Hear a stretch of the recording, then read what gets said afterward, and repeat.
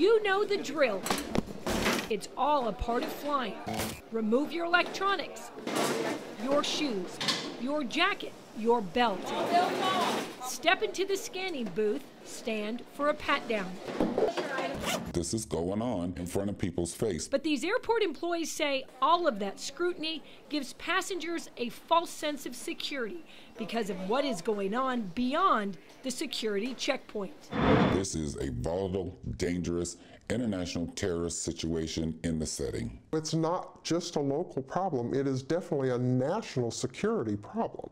These airport employees have worked at DFW for decades. They did not want their faces shown for fear of retaliation. They say the airport security policy has changed and it's putting the public at risk.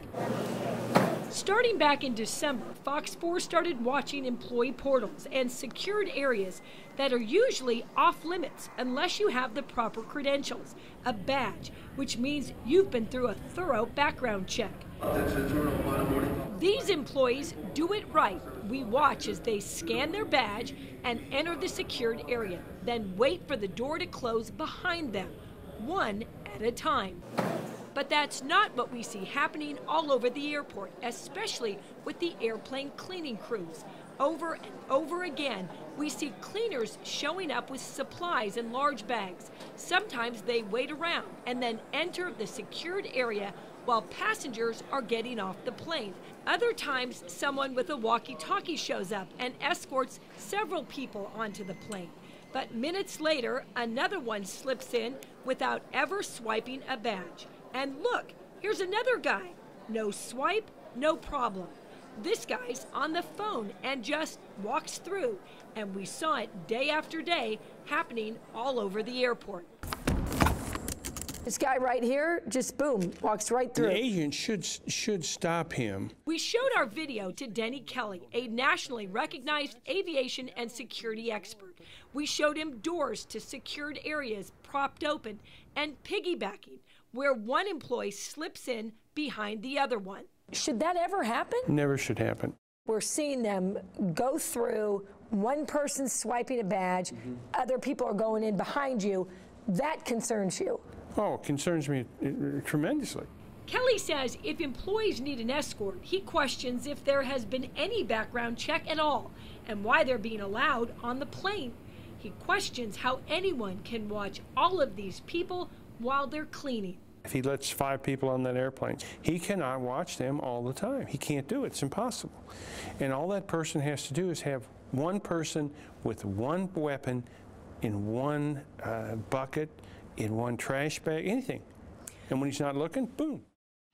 In the DFW Ramp Operations Manual, it clearly states badge holders commit an offense if they fail to properly escort, which means maintaining visual and audible contact at all times. It's an offense if they allow piggybacking or tailgating and fail to challenge an unbadged individual. For decades, these employees say they have been required to challenge anyone who looks suspicious. The TSA even baits employees to test them to ensure they're being observant, but not anymore. And we're told to leave them alone. Back off, don't question them. These people don't even have legal badges to open up a portal door to get on a jet bridge, are out there working on those planes. No one seems to be doing anything except allowing them to carry on.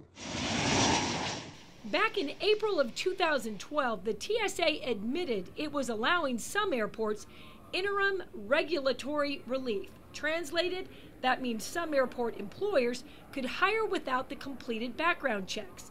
But there are still minimum standards, and every airport has its own security plan. So are these airport workers going through security when they arrive at work? Well, check this out. We sat and watched in the parking lot.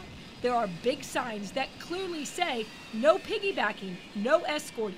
There's a red sign, even a white sign, in case you didn't see the first one. But look at this.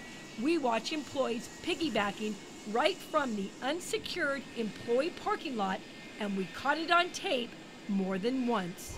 You would think that a security breach of this nature would get the attention of somebody out here at the DFW airport, but that's not the case. We contacted the airport administration and the TSA.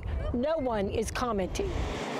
The security today is no better than it was September the 10th, 2001, because people don't want to spend the money to do it right. The standard has been changed. There's no time for us to sit back and turn a blind eye to any of this, because that's when it's going to happen again.